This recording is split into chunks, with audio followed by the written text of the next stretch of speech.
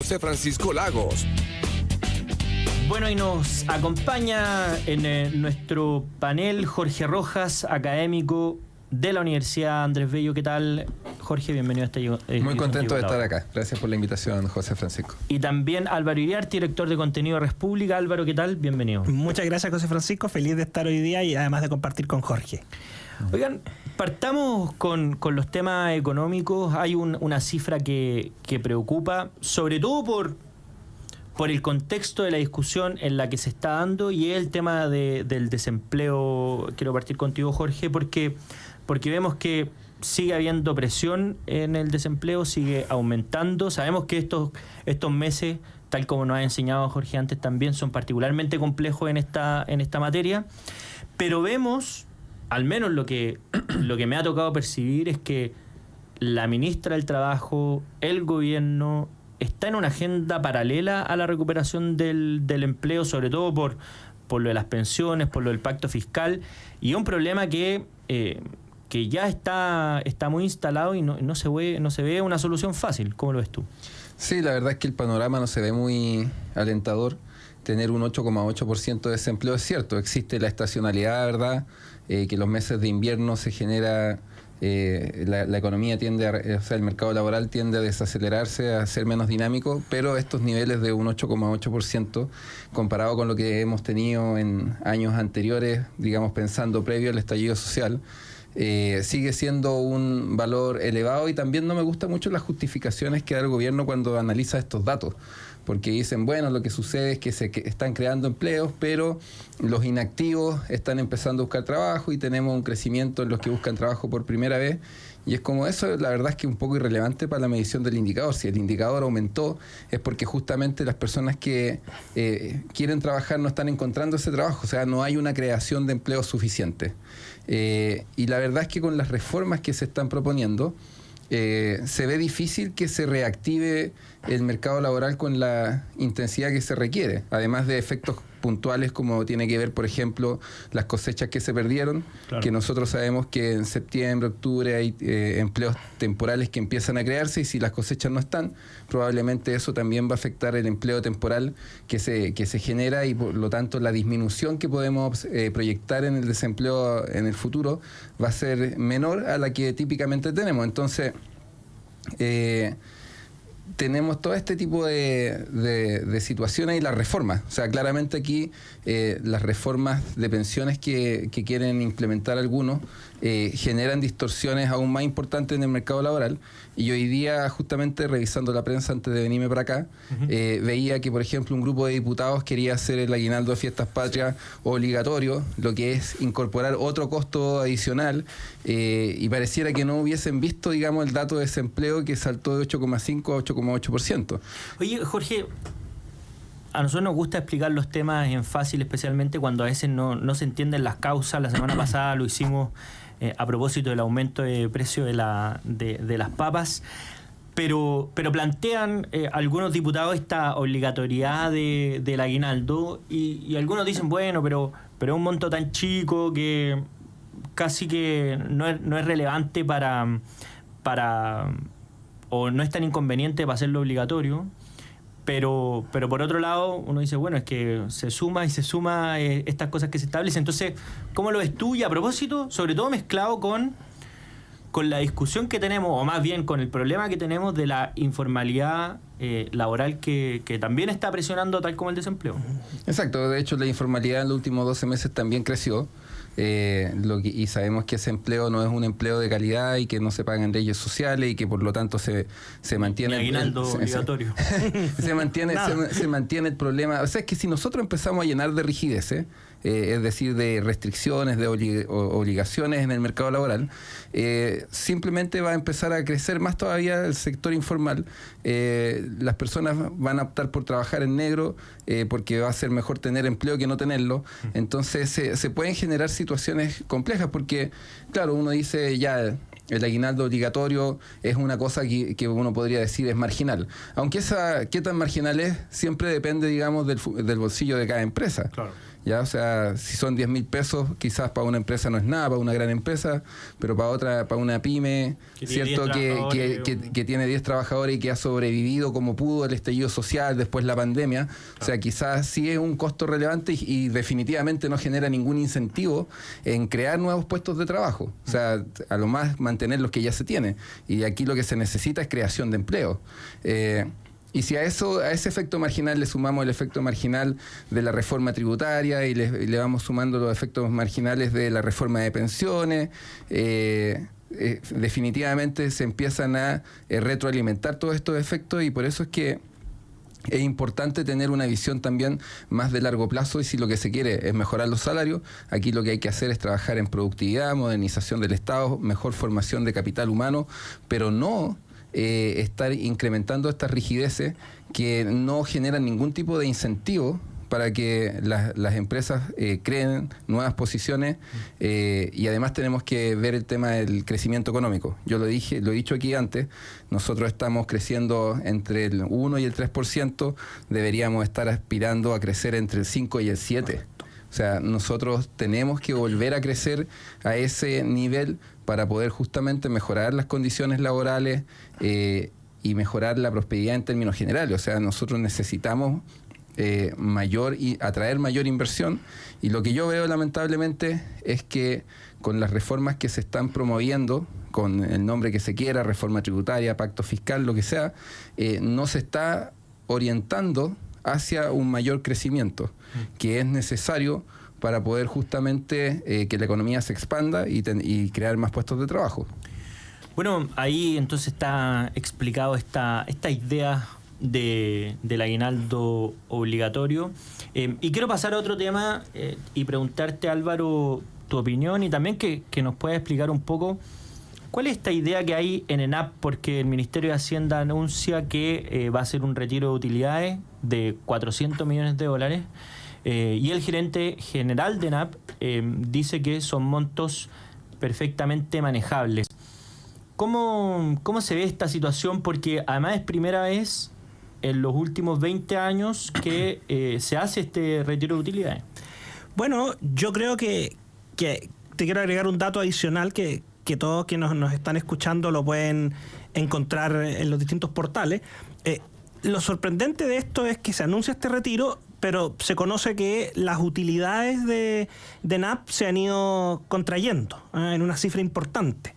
De hecho, en el primer semestre se contrajeron un 8% prácticamente.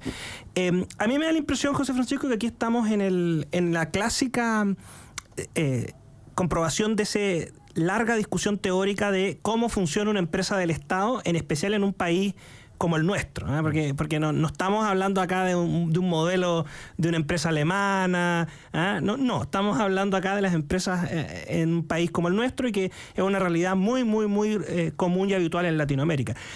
Da la impresión, José Francisco, que este retiro tiene necesariamente una finalidad política, que es obtener recursos de manera rápida, una caja rápida, porque en el fondo el único dueño de ENAP es el Estado. Y esto es una discusión muy, muy, muy similar que la que ocurre cada vez que retira utilidades de Codelco, ¿no? Los excedentes de Codelco que se habla.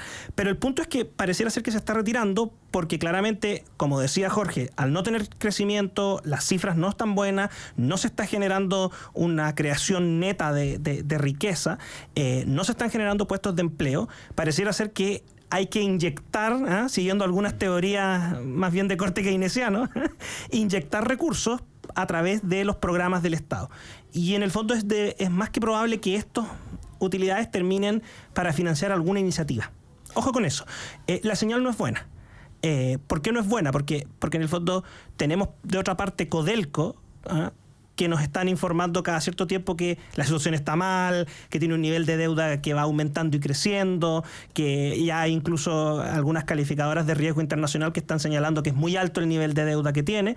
Y bueno, y volvemos a la discusión de siempre, las empresas estatales en Chile, en Latinoamérica. Sí. ¿Cómo funcionan? son efectivamente productivas, se pueden comparar con los privados. Y quizás Jorge acá puede estar de acuerdo, ¿no? Pero es la típica respuesta que te dan, no, es que una empresa estatal no se puede comparar con otros porque desempeña un rol social, estratégico, sí, institucional. Hay 10.000 apelativos. Pero para mí, que yo no soy economista, sino que soy abogado y ciudadano, yo veo que esos son los argumentos para justificar una empresa muchas veces deficitaria o no eficiente. ¿Cómo lo ves tú, Jorge, sobre todo por el rol que tienen las empresas públicas hoy día? Porque está el problema que tenemos en nuestro país, lo que se está planteando ahora puntualmente, pero si vemos comparativamente lo que pasa en la región, muchas veces, bueno, esta justificación que se da de recursos estratégicos básicamente puede ser amplísima, porque Argentina piensa que un recurso estratégico es tener una aerolínea que está completamente desfinanciada y ahí siguen inyectándole capital constantemente y funcionando a pérdida. ¿Cómo lo ves tú? Correcto, o sea, yo comparto de que esas definiciones son demasiado generales y por lo tanto uno no puede, o sea, ¿qué puede ser estratégico? Podemos decir que la educación es estratégica, la salud, pero también podemos decir que la alimentación es estratégica, o sea, podemos definir prácticamente cualquier bien o servicio que se nos ocurra como algo estratégico. Y en ese sentido creo que lamentablemente este gobierno efectivamente le va a seguir echando mano a las empresas públicas para poder tratar de alguna forma financiar las reformas que están realizando, generar alguna política de bonos que no me sorprendería que cercano a procesos electorales sean utilizados y que a mí me parecería un avance si es que en la Constitución quedara establecido de que no se pudieran entregar esos bonos excepcionales y que se estableciera una política de voucher orientado hacia el tema de salud, educación, pero esto tarde o temprano van a terminar siendo retiros de utilidades más grandes, sí, claro. Después endeudamiento, y así es como se empiezan a destruir las empresas públicas que no tienen deuda, claro. o que no tienen pérdida, más bien dicho, ¿ya? Porque tenemos muchas, o sea, TVN ha tenido pérdidas por años, y claro, cuando hay un semestre donde no tiene pérdidas, salen diciendo de que no tiene pérdidas, pero la verdad es que eso puede ser una situación muy excepcional de corto plazo, pero no es la tendencia general. Así que de nuevo es preocupante la situación. Creo que habiendo buenos economistas en el gobierno están teniendo una mala gestión.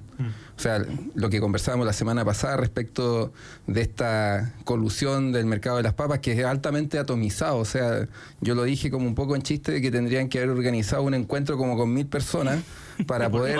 claro, por lo menos. Por lo menos. Para partir. Para poder, digamos, llegar a un consenso, y claramente los incentivos para desviarse de la colusión eran gigantescos. Sí. Porque, claro, tú vendí 10 pesos más barato y todo el mundo te lo compra a ti. Entonces... cuestiones de ese tipo no son comprensibles, y lo mismo con el tema de este retiro de utilidades cuando se observa que las utilidades se contrajeron, ¿cierto? Entonces, la verdad que cuesta un poco entender cuando lo que se debería estar pensando es cómo reinvertir, generar más inversión, más infraestructura pública, pensando más en el mediano y largo plazo, que en la cuestión cortoplacista de poder financiar reformas que son claramente ideológicas, muchas de ellas. Y ahí, Álvaro, a propósito de las empresas estatales, cuando vemos el problema que tienen, que básicamente el diagnóstico es que frente a las mismas condiciones tienen un desempeño más bajo que las empresas privadas, e incluso llegamos al punto donde las empresas privadas, haciendo la misma función igual de estratégica, terminan aportando más recursos al Estado que la propia empresa estatal, como el caso de Codelco. Es un problema de concepción en sí mismo, es decir, las empresas estatales están como condicionadas a siempre tener un menor resultado, o es una cuestión de administración, de gestión de la empresa. Porque siempre que está esta discusión se pone el ejemplo de, no sé, el metro. Y dice, no, pero es que el metro... es el contraejemplo de que incluso siendo estatal puede funcionar bien. No dicen que obviamente la construcción del metro está subvencionada, pero por otro lado tenemos siempre el ejemplo de ENAP, que por regla general funciona más bien con pérdida que con utilidades.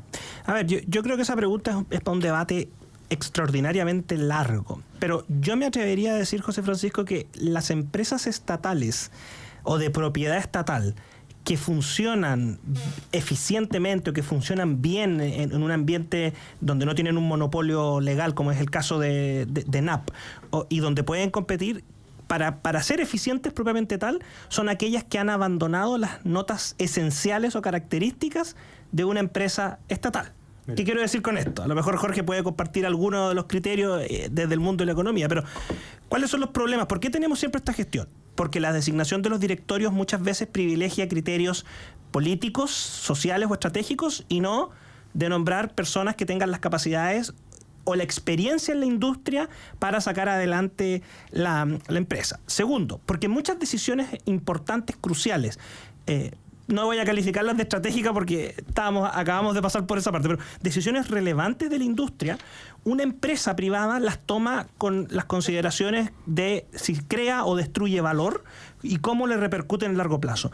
Pero una empresa estatal las puede tomar por criterios que son extraeconómicos. Y con esto soy muy claro, pueden ser políticos, sociales o distintos. O sea, puede mantener en funcionamiento una instalación aunque vaya a pérdida completa, porque el riesgo de que cierre eso significaría que aumenta la cesantía en una comuna.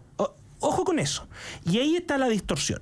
Yo soy de aquellos que creen que en el caso de la realidad latinoamericana, y en esto nos meto a todos los hermanos latinoamericanos, nosotros no somos Alemania. Ya no lo fuimos. Por lo tanto, nuestra cultura de empresa estatal no es la del correo postal alemán o qué sé yo, es la nuestra.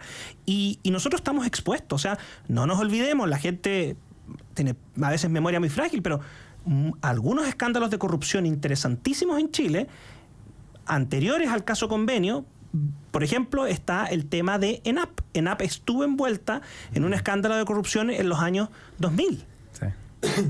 Y esto es porque en el fondo las dinámicas de las empresas estatales en Chile asumen las dinámicas del Estado chileno, las redes de clientelismo, priorizar decisiones políticas cortoplacistas, como decía Jorge, o políticas largoplacistas, pero no técnicas y no económicas.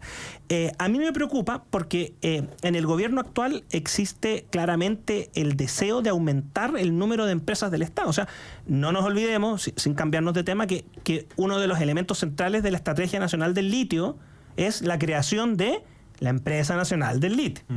Ojo con eso. Sí.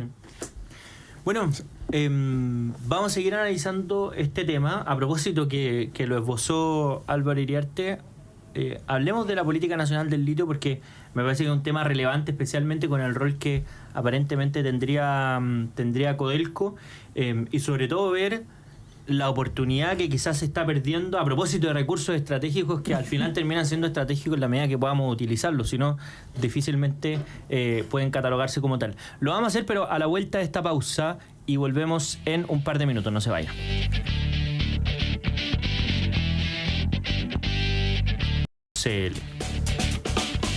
Bueno, seguimos conversando con nuestro panel y habíamos dejado anunciado el tema de este bloque, que es esta famosa política nacional del litio, a propósito de la conveniencia, la rentabilidad, lo estratégico que han sido las empresas estatales en los últimos años, porque uno de los elementos de la política nacional del litio es incorporar precisamente esta empresa nacional, primero con una especie de apadrinamiento de Codelco, y después parece que la idea es que tenga vuelo propio. Todo esto dentro del marco que el litio está en un precio considerablemente alto al promedio histórico, y que ya el año pasado generó ingresos extra para el Estado de $5.000 millones. Entonces es una cuestión que es bien importante. ¿Cómo lo estás viendo tú, Jorge Rojas?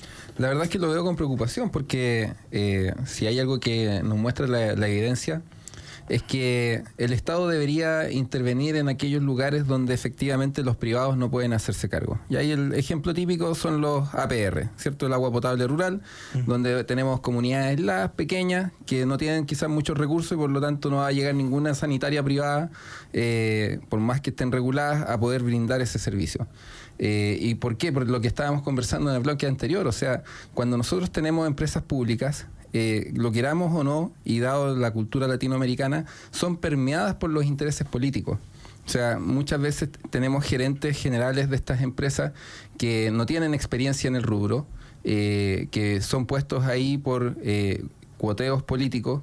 Recordábamos ahí el caso de indemnizaciones, que también personas que estuvieron trabajando unos pocos meses se fueron con indemnizaciones millonarias. Finalmente no hubo, digamos, responsables, ni siquiera políticos. Entonces, la verdad es que tener una empresa de esta significancia y que sea pública solamente porque desde mi punto de vista ideológico lo deseo, no necesariamente es lo que me va a generar la mayor recaudación posible. O sea, nosotros podemos buscar que sea una empresa lo más eficiente posible, que extraiga la mayor cantidad de mineral del suelo y a través del sistema tributario recuperar, digamos, esos beneficios para poder distribuirlo en la sociedad. Pero y esa visión, digamos, no la veo.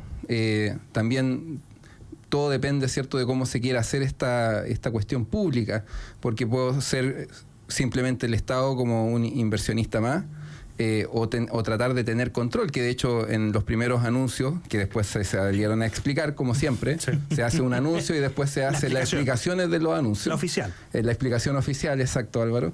Se quería tener el 50% más uno de manera de poder justamente tener el control. Claro. Y eso es preocupante porque hemos visto cómo funcionan las empresas públicas en Chile y que muchas veces son el premio de consuelo para candidatos que no ganaron o para personas que salieron del gobierno y se necesita, digamos, acomodarlo en algún directorio de alguna empresa pública. Entonces, la verdad es que nosotros necesitamos tener una visión de alianzas público-privadas, pero donde sea el privado el que gestione, que administre, y el público ser casi un accionista más y que no tenga participación controladora, porque si no pasa lo que siempre sucede, que se permea por los intereses políticos, independiente de cuáles estos sean. Y terminamos en situaciones donde, por ejemplo, podemos tener una empresa pública negociando con una empresa privada, donde en la empresa privada el gerente tiene 20 años de experiencia y en la pública lleva 5 o 6 meses en el cargo y además ni siquiera es tan experto en el sector productivo en el cual se encuentra. Entonces ahí se genera una desventaja que perjudica finalmente a todos los chilenos, porque después cuando hay que entrar a capitalizar estas empresas, la plata sale del bolsillo de todos. Bueno, es un punto bien importante porque además, sobre todo en el nombramiento de directores en la empresa pública, uno esperaría que sea gente que tiene experiencia o en el rubro o como directores, porque puede ser alguien que no sea específicamente, no sé, en una minera, que sepa de minería, pero sí sepa de administración, etcétera. Y sería bueno ver esa lista de si a los directores que nombran lo han elegido en otro directorio, porque cómo va a ser que justo el Estado tenga los mejores headhunters y los nombren solo en la empresa estatal y ninguna otra. Álvaro Iriarte, estamos hablando de la política nacional del litio. ¿Qué te parece primero esa aproximación? Y sobre todo, ¿cuál debería ser el objetivo de una estrategia nacional del litio o de algún bien que se considere, entre comillas, estratégico, como habíamos dicho? Bueno, yo creo que Jorge dio en el clavo, porque aquí no solamente temas de gestión y administración, hay un componente ideológico importante. Y eso hay que tenerlo en perspectiva. Mira, en cualquier estrategia nacional o política nacional, o como le queramos poner, pero en materia muy particular en lo que tiene que ver con la minería, con cualquier sustancia mineral, la discusión de fondo es imperecedera y es dos temas que hay que tener en consideración. En primer lugar, la riqueza minera, esta capacidad de generar inversiones, empleo, retornos por la vía de impuestos y después por la transformación en capital humano, solo es riqueza mientras se explota. Y ese es un problema de fondo, porque existe cada vez más una intención de no, guardemos el litio para las futuras generaciones. No, guardemos el cobre para las futuras generaciones. La gente que nos escuchan en la red aquí, en especial la gente que vive en el norte de Chile, norte minero, un saludo a Copiapó de paso, que nos escucha en la 101.3, la gente sabe que si el yacimiento no se explota, no genera riqueza. Entonces, este afán de guardar para el futuro va a pasar que pueden inventar un sustituto sintético de menor costo o pueden dejar obsoletas por el avance de las tecnologías, y un mineral que era clave y central para un proceso deja de serlo. Entonces lo primero es que tienes que explotar. Y si tú tienes esas discusiones de fondo, en el tema del litio, lo que está pasando es que estamos perdiendo tiempo valioso, porque tú mismo dijiste, José Francisco, estamos en un momento de un precio extraordinario y resulta que Chile tiene en la práctica 2 contratos y 2 faenas importantes de explotación, que son las mismas 2 que vienen de hace décadas. Y te pongo un contrapunto brutal. Argentina, que es un país que no se caracteriza ni por ser de cultura minera como lo somos nosotros, ni por ser amigable con la inversión extranjera, tiene en carpeta más de 30 proyectos de litio. Más de 30 proyectos de litio en el corto plazo. Esto es una brutalidad y es un tema de análisis. O sea, incluso a la gente que le interesa, el Wilson Center para Latinoamérica en Estados Unidos publicó un documento porque encuentra que es una paradoja que Chile, teniendo no solamente las reservas más grandes de litio, sino que teniendo una cultura minera, no sea el principal actor en el litio y que esté en el fondo quedando desfasado en proyectos en explotación por parte de Argentina. Claro. Ese es el tema. Ahí hay una discusión enorme. El objetivo debiera ser poner en explotación el litio mientras el precio está alto.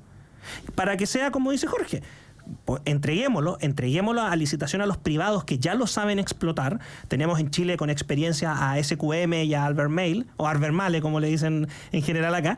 Pongámoslos entonces a explotar y además el Estado en el caso de Chile es el dueño porque está reservado, puede generar contratos, o sea, no hay una libre concesión como el cobre, la plata, es súper dirigido. Entonces, ¿dónde están las licitaciones? ¿Dónde están los contratos especiales? ¿Por qué seguimos teniendo 2 y no estamos abriendo? Por ejemplo, que vengan otros actores también a postular a esa... Por supuesto.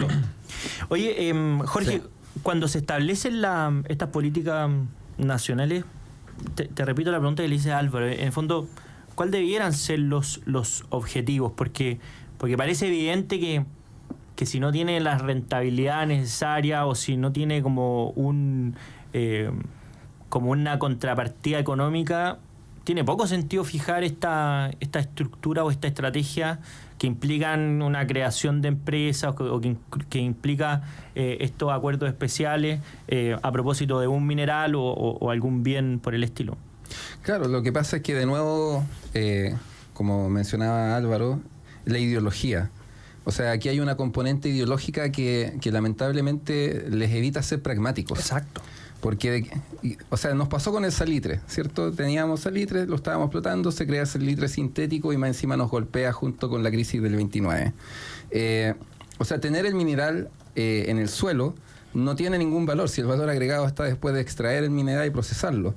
Y lo que deberíamos hacer justamente es explotar ahora aprovechando los buenos precios, que no, la economía está llena de incertidumbre, o sea, nosotros no sabemos qué es lo que va a pasar en el futuro, entonces dentro de la estrategia no debería estar mirándose solamente la explotación, sino que debería estar mirándose cómo nosotros vamos a generar ingresos para el Estado de esa explotación. Claro. Y cómo esos ingresos los vamos a utilizar, por ejemplo, para la formación de capital humano avanzado. Exacto. Que nuestros jóvenes, nuestros niños sepan inglés, que aprendan herramientas de inteligencia artificial, porque cuando yo escucho estas propuestas, y vuelvo al tema anterior del aguinaldo obligatorio de fiestas patrias, que suena muy setentero, digamos, desde el punto de vista de política pública, es como, ¿acaso no saben lo que es la polarización laboral, que los empleos del medio van a ir desapareciendo y van a ser reemplazados por la inteligencia artificial, por la robotización, la automatización? O sea, nosotros deberíamos estar pensando en cómo poder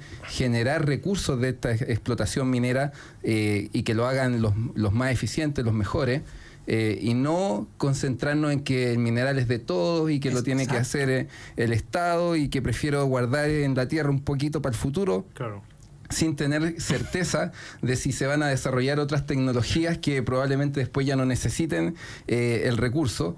Y mientras los otros países están haciendo eso y están invirtiendo y sus niños tienen 12 años y escriben algoritmos para poder hacer web scraping, los nuestros ni siquiera saben hablar mucho qué significa eso, pero bueno. ¿Ah? pero me imagino que es complejo. Es programar y poder extraer información, cierto valor del internet, que para poder hacer mejor marketing, para poder tener más ventas, etcétera. ¿Ya? Así que es eso, o sea, deberíamos estar pensando en cómo podemos invertir en que nuestros jóvenes, o sea, generar los recursos para poder invertirlos justamente en el recurso más valioso de todos, que son las personas. Claro, es un muy buen punto. Y ahí, Álvaro, ¿cómo se ve este tema de partida que probablemente, dado de lo que comentabas tú, de lo que dice Jorge, del momento en que estamos, de que esto a fondo tiene un plazo que puede vencer, ¿hay riesgos de que esto sea una oportunidad perdida? Yo creo que sí. Yo creo a todo evento que sí. Y además el contraste es notable, ¿eh? Jorge dio en el clavo. O sea, hay que explotar y eso destinarlo a formación de capital humano y también infraestructura. O sea, el revisionismo histórico respecto al salitre, lo quiero hacer el punto, ha sido muy dañino porque mientras se explotaron los yacimientos de salitre hasta que llegó el salitre sintético y después la crisis del 29, José Francisco, no había impuesto a la renta.